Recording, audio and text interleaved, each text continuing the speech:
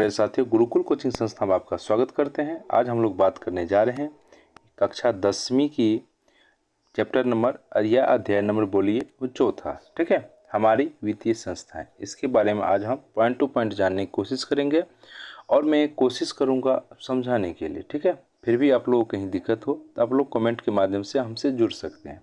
ठीक है, ये जो है आगामी बीपीएससी के लिए काफ़ी उपयोगी है। जो भी बच्चे स्टेट पास हैं, वो 9th-10th की तैयारी करना चाहते हैं, वो इसके लिए इम्पोर्टेंट है। साथ में जो भी बच्चे बिहार बोर्ड के 2024 में एग्ज़ाम देने वाले हैं, उसके लिए काफ़ी वीडियो है।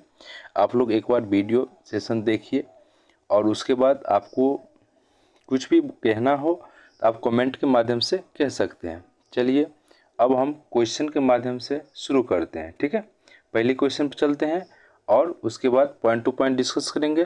आपको जहां समझ में ना आए तो आप कमेंट के माध्यम से हमसे संपर्क कर सकते हैं। ठीक है, चलिए पहली प्रश्न पर चलते हैं। पहली प्रश्न क्या कहता है,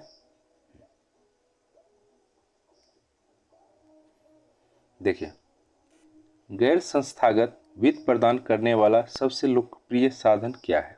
देखिए मेरे प्यारे साथियों, हम समझने की कोशिश करेंगे यह गैर संस्थागत या संस्थागत, ठीक है, ये चीज़। सबसे पहले इसका हम उत्तर जानते हैं, क्या होगा, ये होगा महाजन। क्या होगा, महाजन। आखिर महाजन क्यों होगा, देखिए क्योंकि इन महाजनों से कर्ज लेना सरल एवं सहज है। देखिए गांव घर में जो भी साहूकार होते हैं, महाजन होते हैं, जहां हम लोग क्या करते हैं, कुछ सामान गिरवी रख के वहां से क्या करते हैं, कर्ज ले लेते हैं। उसमें कोई डॉक्यूमेंट वेरिफिकेशन ये सब वो सब करने की झंझट नहीं रहता है।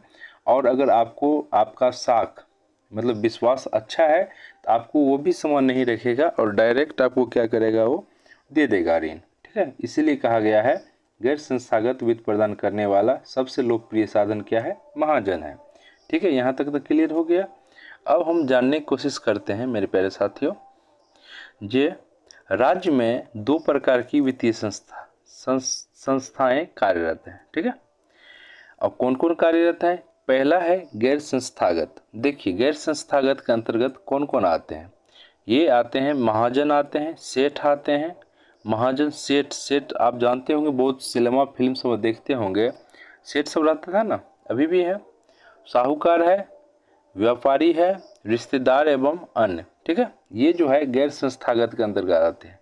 दूसरा है संस्थागत, इसमें सहकारी बैंक, दूसरा प्राथमिक सहकारी समितियां, भूमि विकास, व्यावसायिक बैंक, क्षेत्रीय ग्रामीण बैंक, नाबार्ड इत्यादि आते हैं। ठीक है, मैं आशा करता हूँ यहाँ तक आपको समझ में आ गया होगा। ठीक है, अब हम दूसरे प्रश्न पर चलते हैं।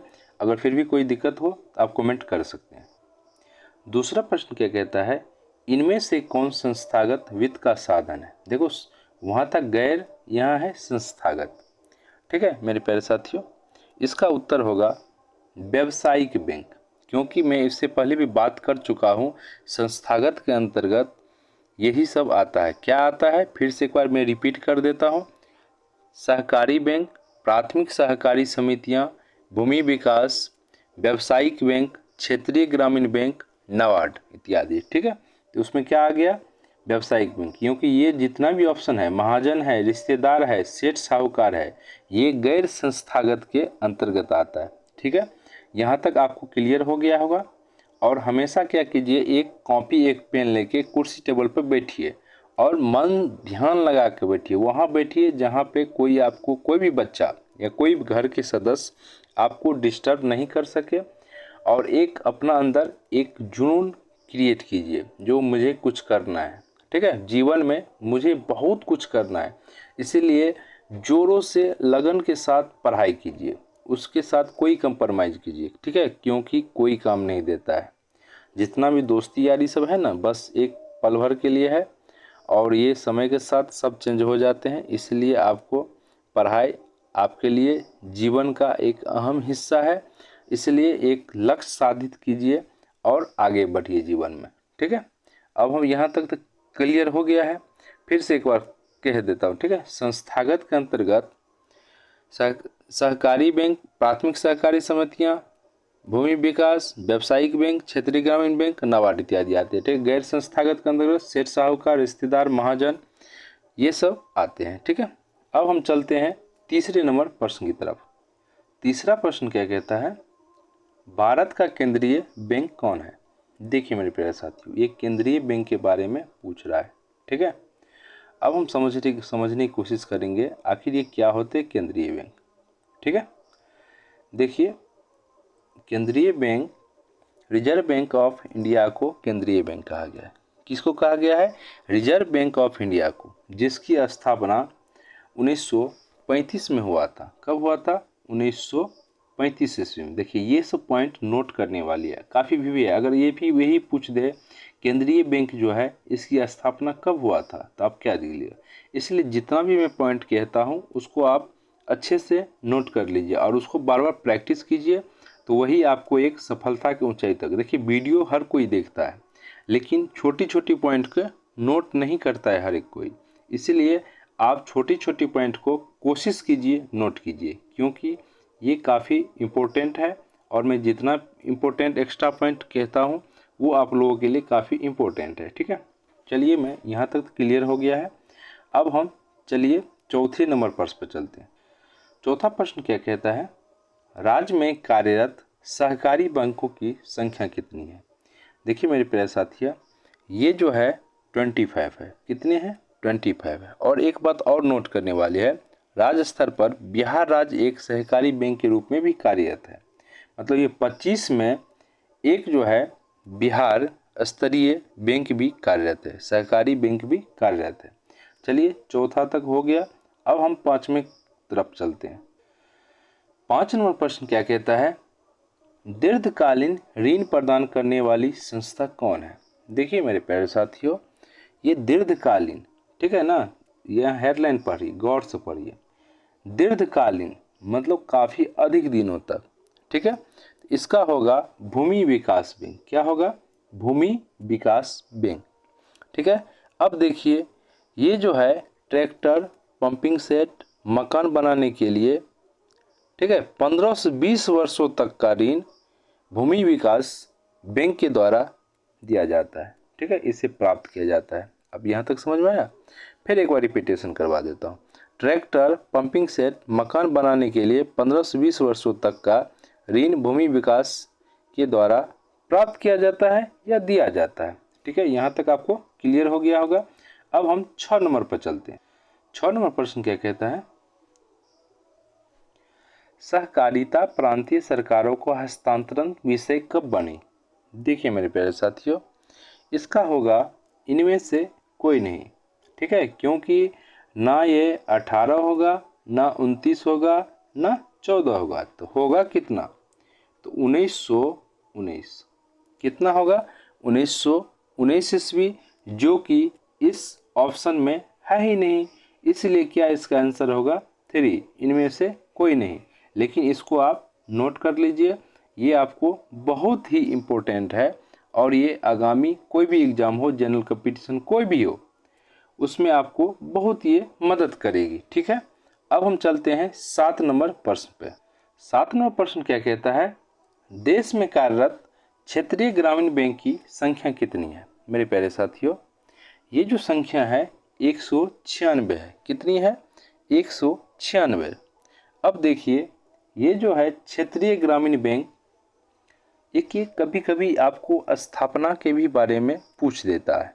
ठीक है, तो याद रखिएगा इसकी स्थापना जो हुआ था 1975 ईस्वी में हुआ था। कितना हुआ था? 1975 ईस्वी में। एक चीज़ हम एक छोटी सी पॉइंट जानने की कोशिश करेंगे, इसको आप नोट कर लीजिए। जो क्षेत्रीय ग्रामीण बैंक क्या होता है?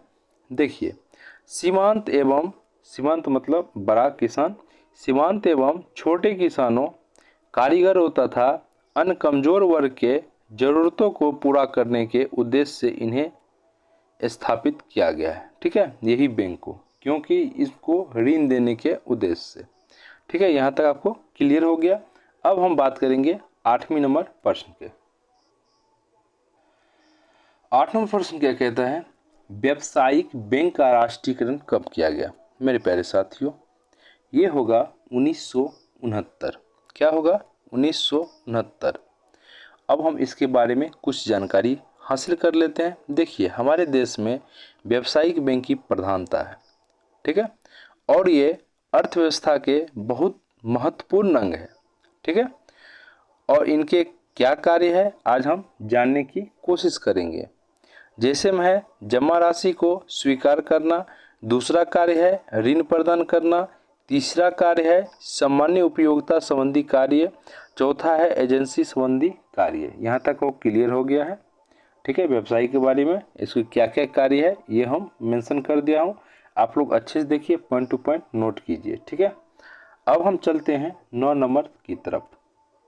9 नंबर प्रश्न क्या कहता है, ये सभी को कमेंट करना है। देखिए, मैं कितनी बार प्रैक्टिस करवा चुका हूँ।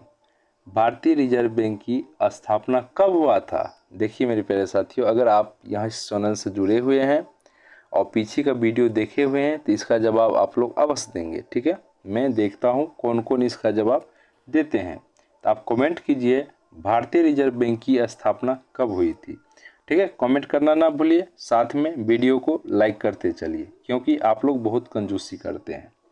चलिए अब हम 10 नंबर प्रश्न की तरफ चलते हैं। 10 नंबर प्रश्न क्या कहता है, स्वयं सहायता समूह में सदस्यों की संख्या कितनी होती है?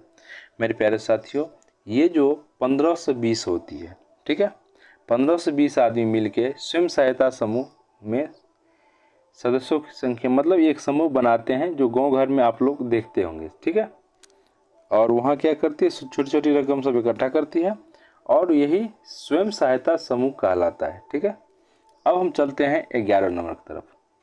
11 नंबर क्या कहता है, यही प्रश्न है, व्यावसायिक बैंक कितने प्रकार की जमा राशि को स्वीकार करता है? मेरे प्यारे साथियों, ये जो है 4 प्रकार की, कितने प्रकार की? 4 प्रकार की। आज हम जानेंगे कौन कौन प्रकार की ये स्वीकार करते हैं। देखिएगा, क्वेश्चन को अच्छे से पढ़िएगा। व्यावसायिक बैंक कहता है, क्या कहता है? व्यावसायिक बैंक, ठीक है। अब हम जानने के लिए 4 कौन कौन से प्रकार है। तो पहली प्रकार है अस्थाई जमा, ठीक है। दूसरे प्रकार है चालू जमा, तीसरे प्रकार है संचयी जमा, चौथा प्रकार है आवर्ती जमा। रेकरिंग जानते हैं ना, संचय मतलब सेविंग होता है, ठीक है। चालू मतलब करेंट होता है, ठीक है। यहाँ तक आपको क्लियर हो गया होगा। अस्थाई क्या होता है? अस्थाई मतलब होता है फिक्स्ड होता है, ठीक है। अब हम चलते हैं 12 नंबर की तरफ। 12 नंबर प्रश्न क्या कहता है, कब सहकारिता साख समिति विधान पारित हुआ?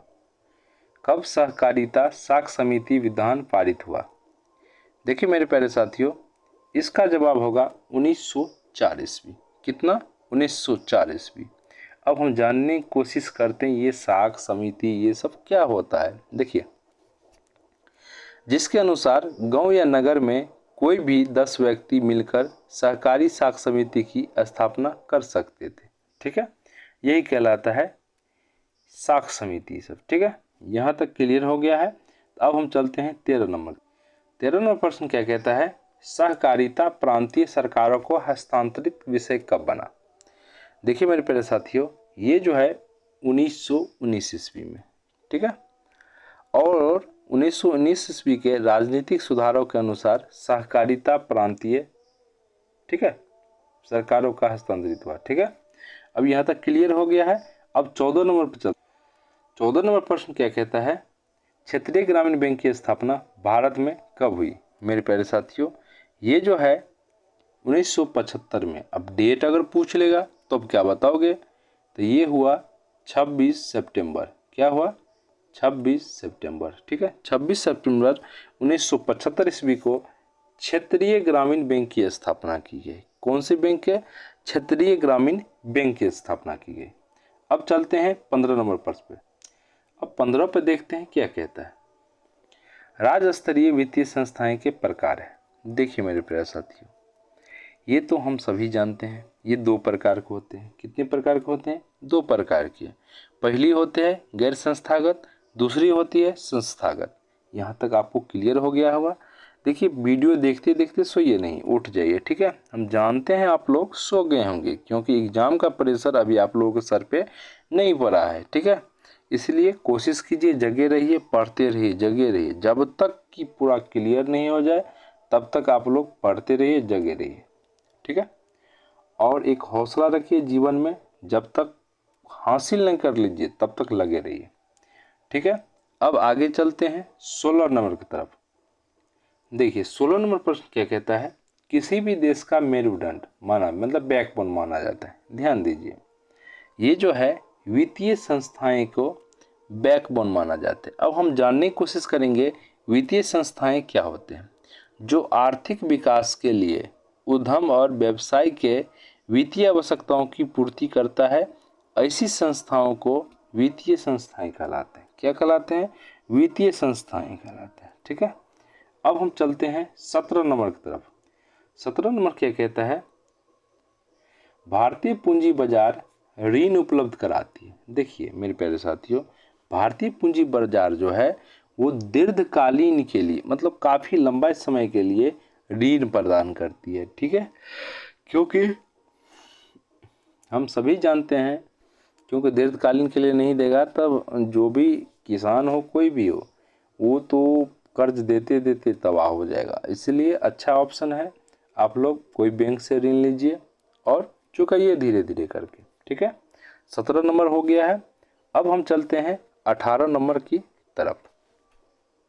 18 नंबर प्रश्न क्या कहता है, किनके द्वारा सूक्ष्म वित्तीय माइक्रो वित्तीय संस्थाओं का प्रयास सराहनीय है। देखिए मेरे प्यारे साथियों, इसका जवाब होगा मोहम्मद यूनुस, ठीक है।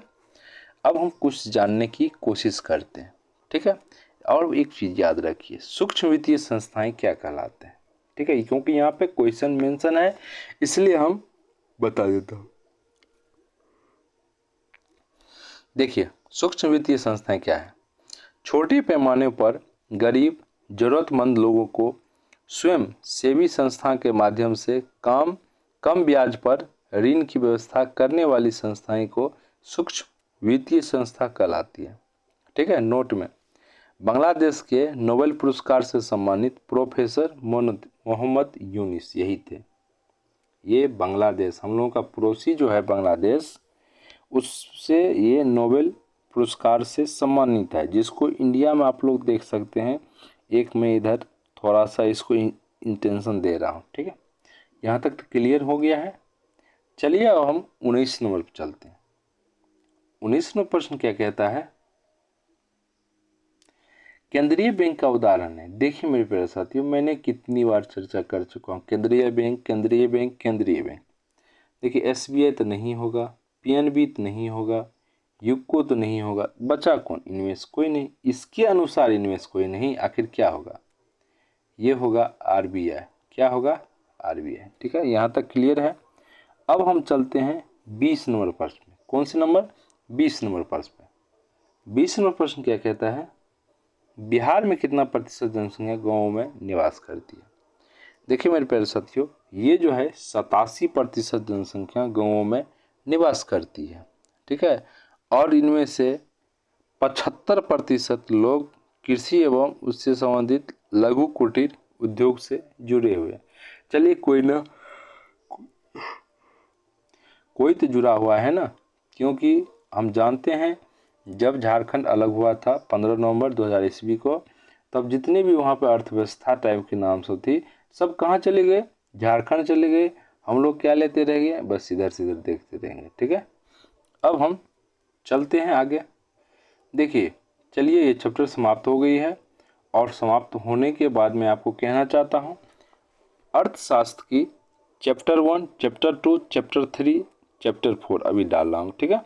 ये सभी आपको प्लेलिस्ट में मिल जाएगी, वहाँ से आप लोग पूरा वॉच कीजिए, और साथ में सभी से कहिए वॉच करने के लिए, ठीक है। ये सभी के लिए फायदे हैं, इसलिए ज्ञान किसी के लिए घाटा नहीं होता है, इसीलिए लगे रहिए। भगवान आपको सुनने की देखने की साहस प्रदान करे, ठीक है। चलिए good night, bye bye, take care, love you guys. और हाँ, आप लोग विजिट कीजिए, ठीक है, कैसा वीडियो बना है कैसा नहीं बना है, और आप टंकी में भेजिए, ठीक है। इससे पता चल जाएगा आप लोग कितना प्रतिशत देख रहे हैं। चलिए मेरे प्यारे साथियों, good night, take care, love you guys, bye bye, video पसंद आए तो अपने समूह में भेजने का कष्ट कीजिएगा। शुक्रिया।